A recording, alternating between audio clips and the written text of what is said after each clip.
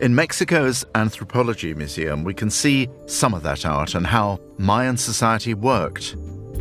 There were kings made of flesh and blood, and kings made of stone, and you had to obey both kinds. But Mayan art wasn't all enormous and formal, far from it.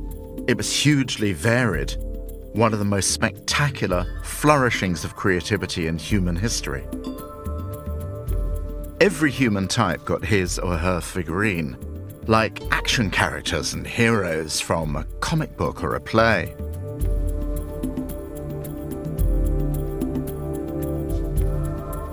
There were ceramic vessels, and there were murals too. And out of the Mayan delight in making pictures, developed a fully fledged script.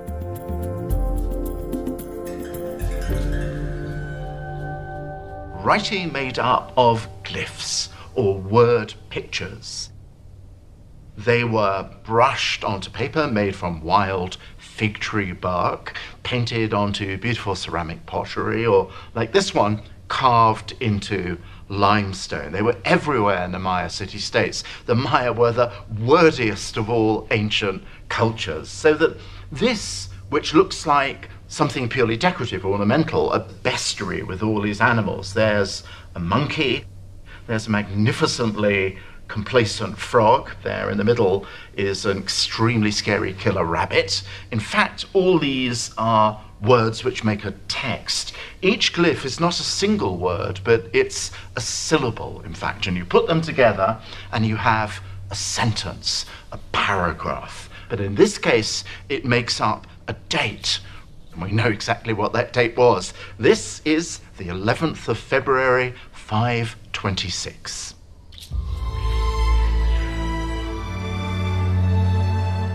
In 526, Mayan civilization was at its height. Its art and culture flourished, and many believe that the finest Mayan art of all is to be found in the city of Copan.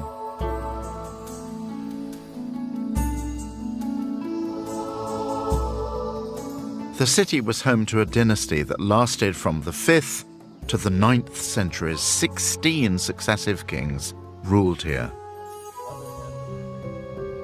An archaeological team led by Bill and Barbara Fash have been studying Copan for over 30 years. And they've found that for most of its life, the art of Copan is elegant, refined, astonishing. Single carved steles announce the accession of new kings. It's the work of a society where that balance between habitat and ambition is still in good order.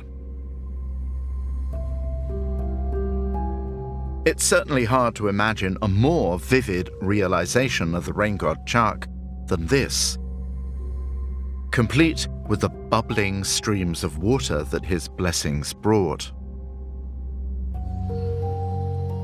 In the 7th century, the 12th ruler of Copan commissioned a new grand structure. This is the hieroglyphic stairway of Copan. It was built originally in honor of ruler 12, who is portrayed here, and then was finished by ruler 15, who added on the uppermost section of it. And it has 64 steps in total, and they told the history of the dynasty and the succession of the different rulers. The stairway itself is a monumental statement. Certainly, ruler 15 was trying to impress the population. So he was really trying to cement in stone what the history of Copan was and what the dynasty was, and to make sure that it stayed for the future.